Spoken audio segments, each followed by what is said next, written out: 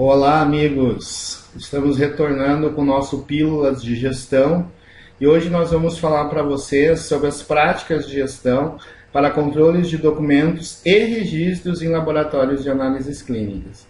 Esse é um processo bastante importante, é um processo fundamental que é requerido tanto pela RDC 302, principalmente pela RDC, mas por qualquer sistema de acreditação que o laboratório venha a ter no futuro, ele vai precisar fazer a gestão dos seus documentos e registros. Então a primeira coisa que nós queremos falar para vocês é desmistificar a questão do procedimento. Muitos laboratórios ou até muitos profissionais não conseguem ter clareza quando leem em qualquer norma, em qualquer regulamento, a questão de que o laboratório precisa ter um procedimento documentado de como fazer as suas atividades. E entendem, de uma maneira errônea, que esse procedimento documentado, ele precisa ser um documento do próprio laboratório. Entende que o laboratório precisa, então, desenvolver um procedimento, precisa desenvolver um manual, precisa desenvolver uma instrução. Quando, na verdade, nós temos que entender e quebrar esse paradigma de que quando se diz procedimento, se diz que nós temos que ter uma maneira de como fazer. Procedimento quer dizer como fazer. Procedimento não é sinônimo de documento interno. Procedimento é sinônimo de como eu faço determinada atividade. Então, por exemplo, se eu tenho uma bula de kit, que normalmente 100% dos laboratórios têm, da bioquímica, por que eu vou descrever um procedimento de bioquímica? Não precisa descrever um procedimento de bioquímica. O que eu devo fazer? Eu devo controlar como um documento externo a bula da bioquímica. Da mesma forma em todas as áreas. Um outro exemplo prático, se eu tenho o manual do equipamento X, seja um equipamento de hemato, seja um equipamento da bioquímica, para que eu vou descrever um procedimento de controle daquele equipamento? Não há necessidade. O que eu vou fazer? Eu vou controlar como um documento externo aquele manual. Então, às vezes, os laboratórios criam uma enormidade de documentos, principalmente documentos internos, perdem tempo criando documentos que não são necessários, quando na verdade eles poderiam apenas estar controlando os documentos que já existem de forma externa e que dizem como o laboratório deve executar determinada atividade.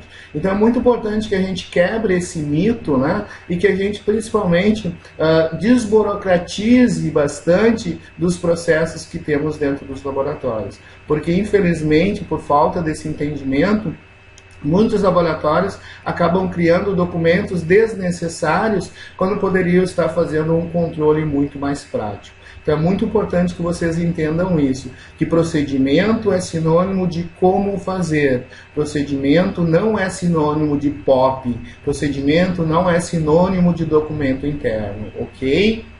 Bom, mas o que é um documento? Então um documento é qualquer meio onde uma informação...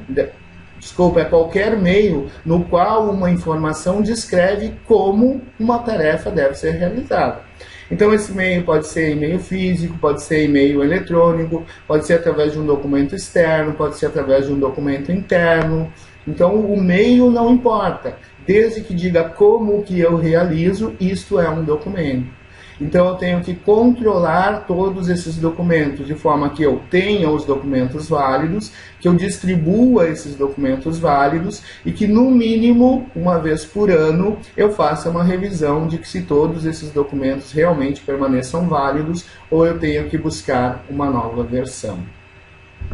Existem 3 tipos básicos de documentos internos, Alguns laboratórios fazem todos esses tipos de documentos, outros resumem apenas no manual, que é possível resumir apenas no manual, ter um manual, por exemplo, para cada área, um manual de compras, um manual de RH, um manual para bioquímica, manual para hemato.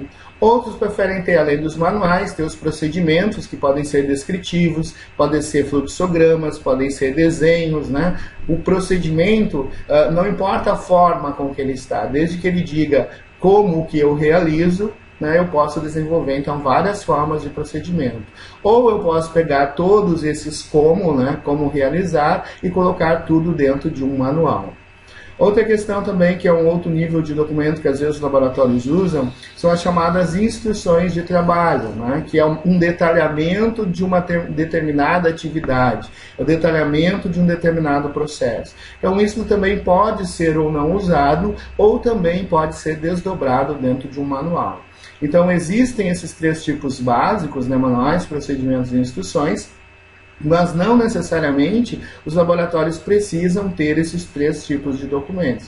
Então aqui é uma outra questão, um outro paradigma que precisa ser quebrado, que às vezes o laboratório pega um processo apenas e desdobra em 3 níveis de documentos. E aí cria toda uma burocracia que depois ele não é capaz de controlar em função de tantos processos, em função de tantos documentos, quando ele poderia, de fato, desdobrar isso tudo em apenas um documento chamado Manual do processo X, manual do processo Y.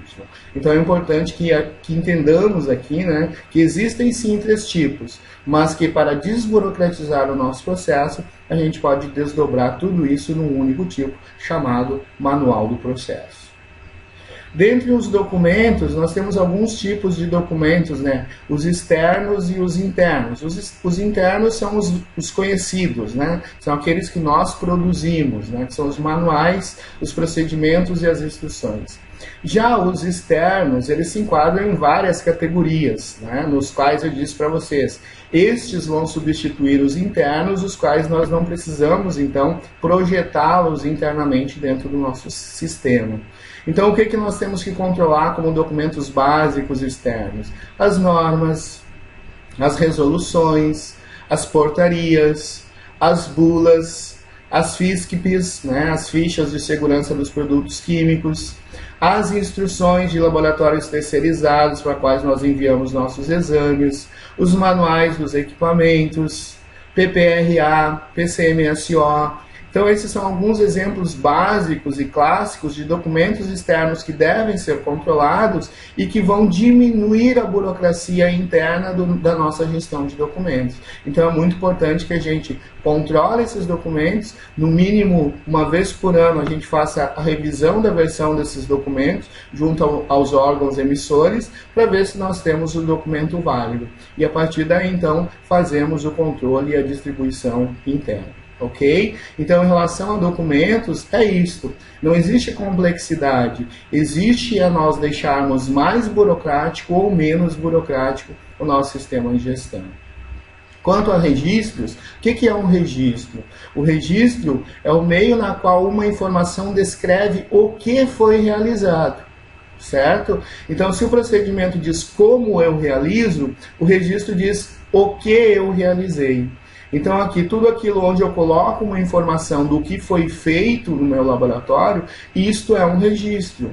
E aqui também existem registros de origem interna e existem registros de origem externa. Por exemplo, né, alguns registros internos, atas, relatórios, controle de temperatura, que é um registro assim, que a gente tem muito dentro do laboratório, os registros de treinamento, os controles de não conformidade, as ações corretivas, relatórios de auditoria. Então, tudo isso que nós produzimos como informação do que foi realizado dentro do laboratório, isso é um registro interno.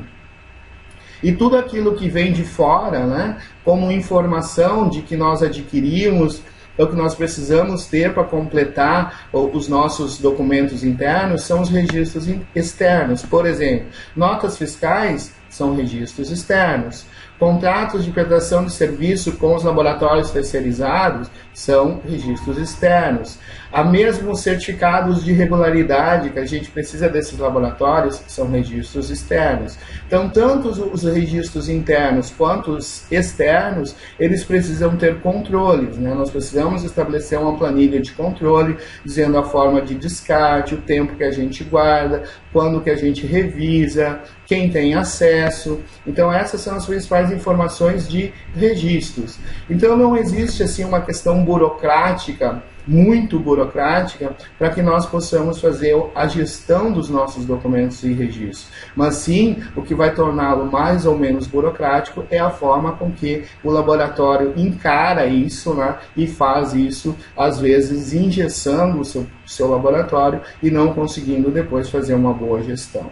Então essas são informações básicas que eu queria passar para vocês dessa nossa pílula de hoje. E dizer, se vocês precisarem de mais informações, né, nos contatem através do e-mail, através do WhatsApp. E brevemente a gente vai ter um curso específico também em AD, lá na nossa plataforma, de práticas e técnicas de gestão de documentos e registros em laboratórios de análises clínicas. Então, por hoje, meu muito obrigado pela atenção de vocês e espero que vocês tenham entendido assim, de forma breve, rápida e prática a questão da gestão de documentos e registros, principalmente entender o que é documento e que não precisamos nos burocratizar em função de documentos nos laboratórios. Nos vemos brevemente na nossa próxima pílula de gestão. Muito obrigado a vocês e qualquer necessidade que vocês tiverem é só contatar conosco.